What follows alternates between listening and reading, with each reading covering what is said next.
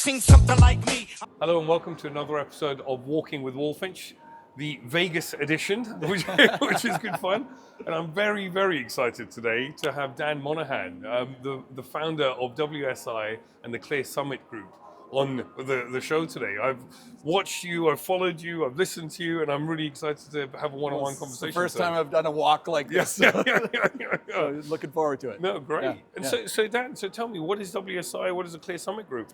So WSI is the world's largest digital agency network. So it's a franchise system, but we've essentially franchised digital agencies.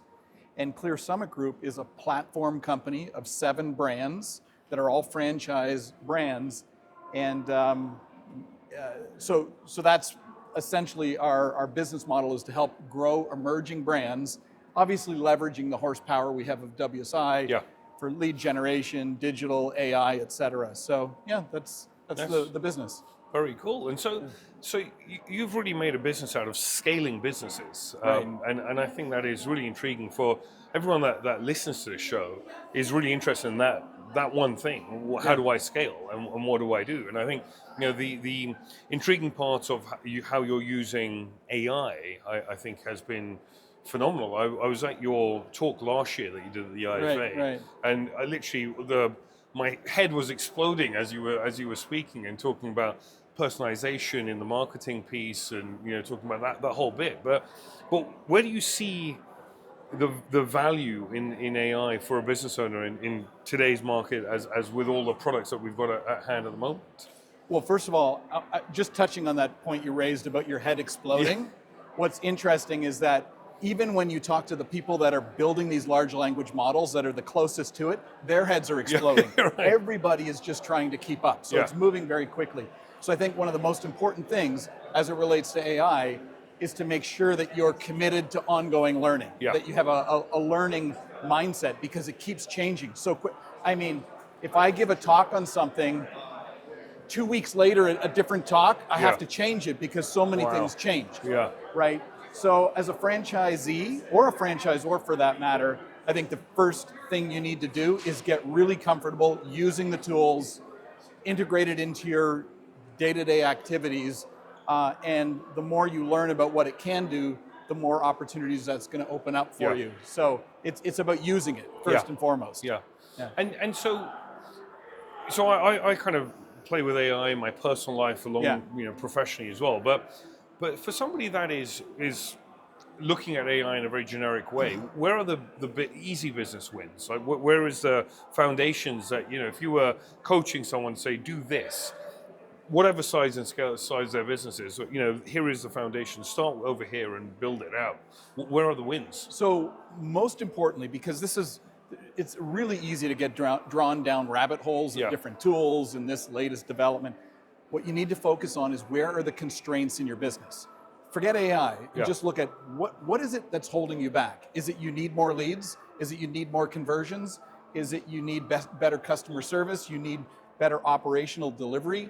Figure out where the constraint is in your business, and then look at how AI can help you accelerate that. So anything that has to do with human cognition, like if we're using our brain power, that is uniquely positioned for AI. In fact, it turns out that many of the blue collar kinds of jobs, the labor jobs, are the least likely to get disrupted. It's now the cognitive stuff.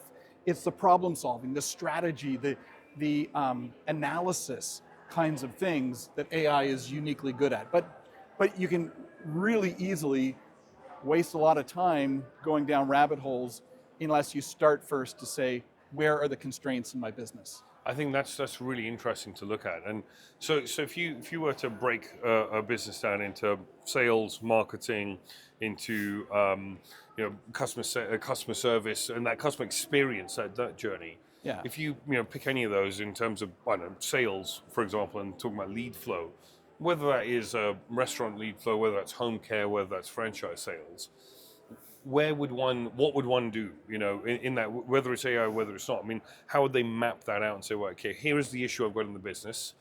That's where I need to be.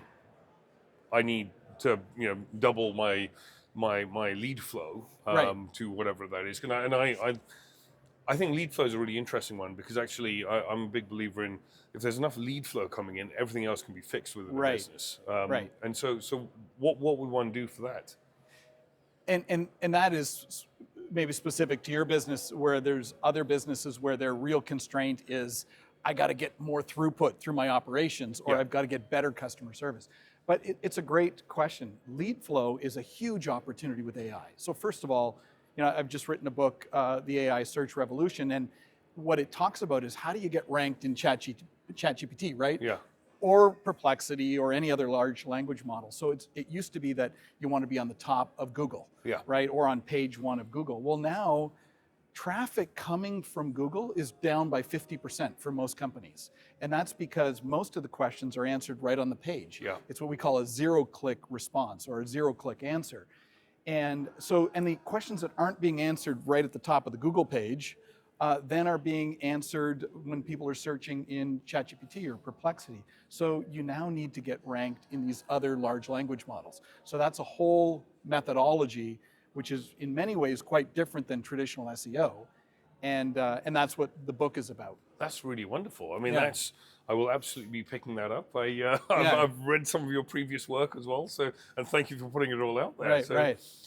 And you kind of go into the search engine optimization with AI in that. And I think that's such an interesting and relevant topic today. I mean, I was talking to some marketeers about this actually just last night, and just thinking, well, what is it? And it's about just being everywhere effectively. You've got you're on this podcast, but is it transcribed, and is it on the site, and etc. And I think that's the interesting piece in my mind. Thinking, well, leveraging what you already have. It seems to be kind of one of those pieces. And right, that's a big part of it. And interestingly enough, a lot of it is traditional PR. Yeah. So what are the things that you're doing to get articles in magazines or to be featured on podcasts or to get traditional backlinks actually are still really relevant, high quality backlinks, getting your domain authority up. These are all things that traditional SEO focused on, but then there's a lot of things traditional SEO focused on that are not relevant any longer. So it's really understanding how the search world has changed. And it's so interesting because there's been a whole industry that's been created for the last 20 years that just has to morph overnight, right? And quite literally overnight, it feels. Right. And how have you kind of coped with that, with what you're up to with your businesses? Because you're right in there, right? You've been building a business with this marketing agency, digital marketing agency, and that has had to morph. Right. But you're at the forefront of this. I mean, how has that come to be? So if you think about a digital agency, like many other consulting businesses, a lot of what you're delivering is what we call brain juice. Yeah. It's the strategy, it's the thinking that precedes the execution and the tactical part of it.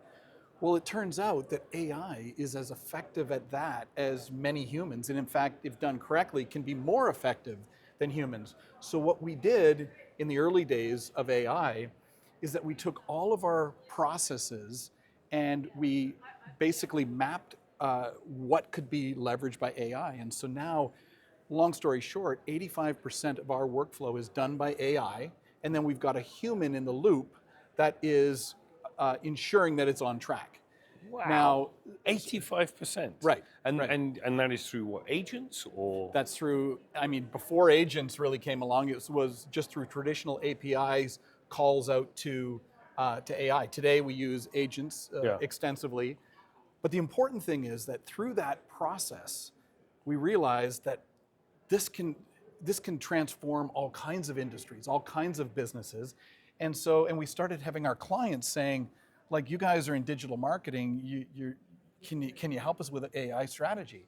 And so we now have a whole arm of the business that is geared towards delivering AI strategy for clients, helping them drive up their lead generation costs or optimize their customer experience, customer service, et cetera. That's really interesting. I was at the British Franchise Association's annual conference at the end of last year, and one of the keynotes was talking about AI and talking about the customer experience. piece on that, and using 11 labs and phone calls, and sort Right. of dealing with that. And I thought that was really intriguing. Thinking, well, all of a sudden, one of the biggest problems I think a load of businesses have is that someone phones you and you don't even pick up the phone. I Right. mean, that's So base of issues. so Right? there's a constraint that some businesses will have, right? So looking at the entire business and seeing where's the leaks in the bucket that improvements in efficiency or effectiveness could improve our business model. Give you an example. One of the brands in our portfolio, Tutor Doctor, we deliver tutoring to students in their home. We looked at, what are all the processes where the human brain is involved in that in the delivery of that service. One of the important areas is the lesson planning that tutors do. Yeah. Another important area is the way we create tutor orientation, the handoff between that initial call with the family and getting the tutor involved, choosing the right tutor. Yeah. Who is the right tutor? So we looked at all of those aspects and said we applied AI to all of it. So you, as a customer, you don't feel like any of this is AI. Yeah. It's just that the back office is so much more efficient. Franchisees are more profitable because AI is doing a lot of their work, and ultimately the outcome is faster and better. Yeah, I mean, and I think that's it, you said something at the talk last year where you talked about there needs to be an EBITDA sort of impact with the use of AI, because otherwise we're just doing it for the sake of doing it, and, Right. and that really hit home to me. And I thought, well, so what you're really saying is that we've got to fix a problem, and we've got to do something that will add to the human, because it's not about replacing Right. the human, it's about supercharging the human. Right. I usually, I use an analogy. It's like Tony Stark, Yeah. Iron Man, right? He's still human, but he's got this AI augmented suit. He's flying through the air talking to Jarvis. Yeah. That's what AI allows us to do. We're still human. In fact, WSI's our tagline is embrace digital, stay human. Yeah. So we're a digital agency that's all about the essence of humanity, and I think that's important in when we look at AI. Is what are the elements of this that are uniquely human? How can we amplify the human, and yet at the same time take away a lot of the admin, a lot of the cost structure, and optimize the profitability of the business? But many times AI can be a solution in search of a problem. Yeah. If we're just looking at tools and gadgets and, oh, isn't this cool? No, what problem are we trying to solve? I think that's really interesting, because actually one of the questions I was going to ask you was, what is your favorite tool at the moment? But but then past It that changes is, so fast, and I can tell you that if I give you an answer, which I will, but it'll probably change in 3 weeks. Yeah. And right now, the world kind of was turned on its end with Claude Code being released, right? They say it's the most important development since the launch of ChatGPT. Yeah. And now there's Claude Cowork, which is a desktop version or a Mac version of that. And I'm telling you, that is totally game changing, because you can replace employees. And it's not about eliminating a job, but you can redeploy people on other things when AI can do their job. It's really interesting. I'm really happy you've said that, because that means I'm sticking You're to on the right thing. track? I'm on the right track, So Yeah. I've been playing with that, spending some time with the team. So But I expect OpenAI is going to come out with something that will crush that. Yeah. And then Meta just bought out Manus. So I expect they're going to come out with something game-changing as well. So it keeps moving. It's a very exciting time to be here and doing business. And, Right. And if you fast forward 5 years from now, or 3 years from now, maybe Yeah. 5 is too far, but what do you think the capabilities will be, and how will that impact business owners? Well, it's important to understand that today and into the future, we're not going to be constrained by intelligence.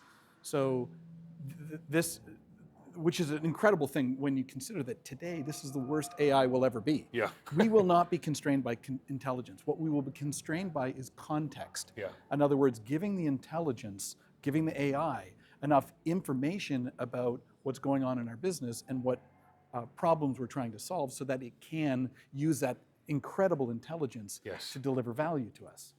But more broadly, I think I was talking about this a year ago, and I'm starting to see over the last year a lot more focus around it. But I think there's the thing that people don't realize, how the world will change with humanoid robotics. Yes. So when you take that intelligence of that multimedia capability, that brain of the AI, and then you put that into a robot, what is that going to be able to do?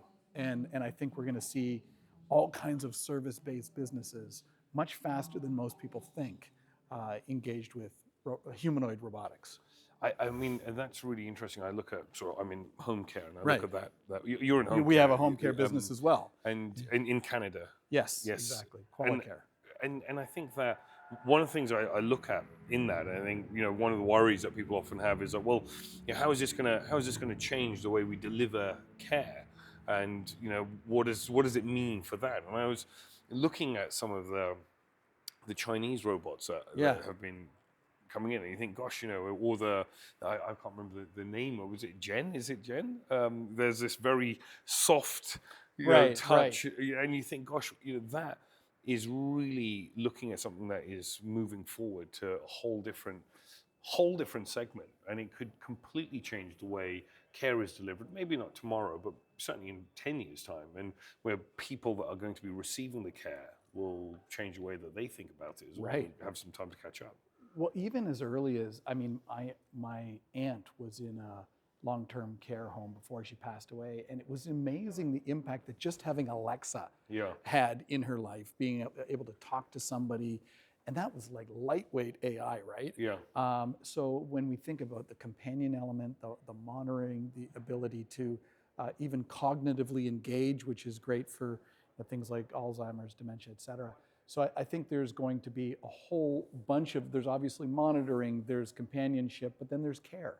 And we're going to see that happening. Not overnight, but we've got a demographic issue in many countries around the world where there's just not enough caregivers to take care of people who need care. So that's going to happen quicker than most people, I think. Well, yeah, and when you're talking about where the problem is, that's certainly a problem, isn't there? Right. There's a supply side issue there. Right, exactly. That is something that could be omitted. And exactly. And I think that there's human in the loop is, it's not going to replace humans, but it will augment humans. Yeah.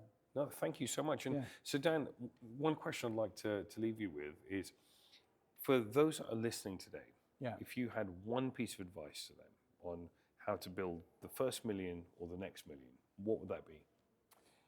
Great question. I don't think there's ever been a time in history where we have had access to information like we had today. I mean, I used to, when I was a kid, just devour books on entrepreneurship and Napoleon Hill and Norman Vincent Peale and all these great writers. And today it's at our fingertips with YouTube videos and X and everything. So I would say to develop a culture of learning and a passion and curiosity for what's coming next. And I think that one of my favorite authors, Peter Senge, once said that the only sustainable competitive advantage we have is the speed at which we learn.